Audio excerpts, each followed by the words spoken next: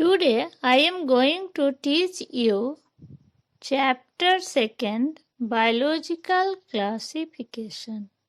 Biological classification क्या है? Biological classification is the scientific procedure of arranging organisms into groups on the basis of their similarities and arranging them in a hierarchy of categories. Biological classification जो है वो क्या है? किसी भी living organism को, जितने भी अर्थ में ऑर्गेनिज्म है, वो एक साइंटिफिक प्रोसीजर के तहत उसको अरेंज करना, जिसका सिमिलरिटीज एक तरह का है उसको एक कैटेगरी में रखना, एक दूसरे तरह का जो कैरेक्टर्स मिलेगा उसको एक तरह का कैटेगरीज में रखना। एक हायरार्की बना के कैटेगराइज करने की तरीका को ही हम लोग क्या कहेंगे?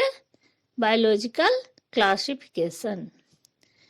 तो अब सामने आया कि नीड ऑफ क्लासिफिकेशन, क्या नीड है? क्लासिफिकेशन करने से हम लोग को क्या नीड है? तो इसको जानने के लिए हम लोग देखते हैं कि it is not possible to study every organisms. The study of one or two organisms of a group gives sufficient information about the essential features of the group. Without any system of classification, organisms cannot be identify. अगर कोई एक system के तहत हम लोग अगर उसको organism को क्लासिफाई करके नहीं स्टडी करेंगे तो क्या होगा कि आइडेंटिफाई नहीं कर सकते हैं। तो इसीलिए सामने क्या हम लोग के सामने आया कि नहीं, क्लासिफाई करना चाहिए तो किसी भी ऑर्गेनिज्म को आइडेंटिफाई करने में क्या होगा? सुविधा होगी। तो इस तरह से क्या होगा कि helping in easy identification of organisms. Organisms को आइडेंटिफाई करने के लिए हम लोग के पास या साइंटिस्ट के पास क्या एक बायोलॉजिकल क्लासिफिकेशन होना जरूरी था।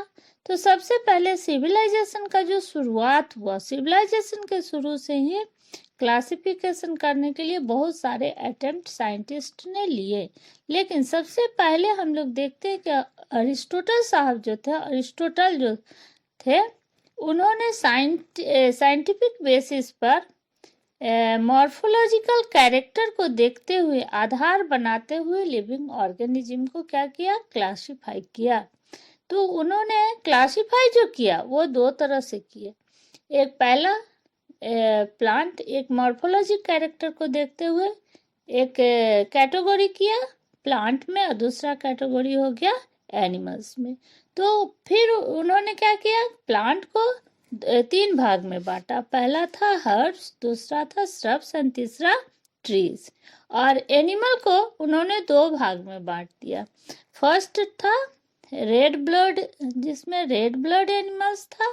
जिस ऑर्गेनिज्म में रेड ब्लड था उसको रेड ब्लड एनिमल कहा गया, और जिसमें रेड ब्लड नहीं था उसको विदाउट रेड ब्लड ऑर्गेनिज्म और एनिमल नाम दिया गया। तो उन्होंने दो कैटेगरीज किया, क्या क्या? Plant and animals. उसके बाद कैरोलस लीनियस जिन्होंने कि बायोनोमेनक्लेचर दिया, फादर ऑफ टेक्सोनॉमी किसको कहा जाता है? कैरोलस लीनियस को कहा जाता है। तो कैरोलस लीनियस ने भी टू किंगडम सिस्टम लागू किया। वो क्या था? फर्स्ट प्लांटी एंड दूसरा एनिमैलिया। उसके बाद इसमें भी कुछ ऑब्जेक्शंस होने लगे। प्लांट और एनिमल्स तो आ गया, मॉर्फोलॉजिकल कैरेक्टर देखकर लिनियस ने क्या किया कि वो प्लांट और एनिमल दो किंगडम में डिवाइड कर दिया। लेकिन जो प्रिमिटिव था, कुछ एनिमल्स जैसे कि यूनिसेलुलर हो, मल्टीसेलुलर हो, जिसमें कि टिश्यू का ऑर्गेनाइजेशन ही सिर्फ था, ऑर्गन सिस्टम नहीं था, वो सारे चीज को देखते हुए साइंटिस्ट के बीच क्या हुआ? समस्या आने लगा। तो एक 3 किंगडम सिस्टम लागू किया, जिसका कि हैकल 1866 में उन्होंने क्या किया कि वो तीन किंगडम में डिवीजन कर दिया। उसके बाद हुआ कि वो तीसरा किंगडम कौन था? Plantae, Animalia and protista. तो प्रोटिस्टा को तो डाला गया, लेकिन अब समस्या आया कि जो प्रिमिटिव था जिसमें कि सेल वॉल प्रेजेंट है, लेकिन क्या था? न्यूक्लियर मेम्ब्रेन, जो कि प्रोकैरियोट है, न्यूक्लियर मेम्ब्रेन जो है वो एब्सेंट है। उसको कहाँ रखा जाए? तो अब यहाँ कोपेलैंड 4 किंगडम सिस्टम लागू कर दिए। 4 किंगडम सिस्टम में ऐड किया गया कौन? एक मोनेरा। अब प्रोटिस्टा के बाद एक मोनेरा भी ऐड हो गया। तो अब इसमें भी एक्सेप्ट साइंटिस्ट के बीच और कंफ्यूजन रहा। तो उस कंफ्यूजन को उसको बेसिस देखते हैं कि 5 किंगडम सिस्टम जो लागू किया गया, तो 5 किंगडम सिस्टम जो है उसमें क्या किया गया कि वो 5 किंगडम सिस्टम लागू करने वाले कौन थे? R.H. Whittaker. R.H. Whittaker 1969। R.H. Whittaker जो थे वो 1969 में, वो R.H. व्हिटेकर एक अमेरिकन टेक्सोनॉमिस्ट थे जिन्होंने 5 किंगडम सिस्टम लागू किया। उनका बेस क्या था?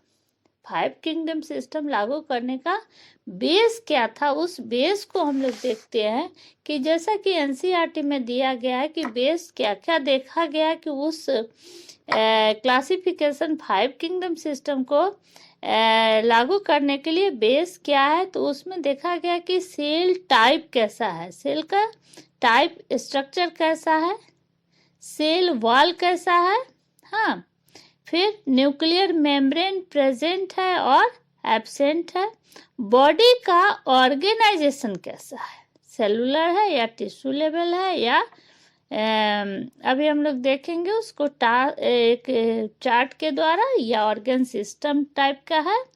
फिर देखा गया कि मोड ऑफ न्यूट्रिशन जो है ऑर्गेनिज्म का, न्यूट्रिशन जो खाने का जो उसका क्रिया है वो कैसा है, तो मोड ऑफ न्यूट्रिशन। तो वो 5 किंगडम जो सिस्टम लागू किया गया, Monera, protista, fungi, Plantae and Animalia, और बेस क्या था? 5 किंगडम एंड 5 कैरेक्टर भी लिया गया।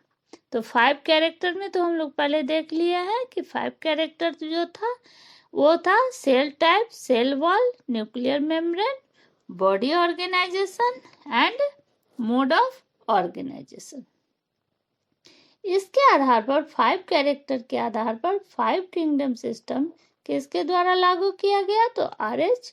व्हिटेकर के द्वारा लागू किया गया, जिसको कि हम लोग अभी एक आगे इससे पढ़ेंगे एक टेबल के द्वारा, जैसा कि एनसीईआरटी का टेबल नंबर 21 है, और इस टेबल के द्वारा हम लोग अब इसका स्टडी करते हैं 5 किंगडम सिस्टम का, जो कि बहुत इम्पोर्टेंट है।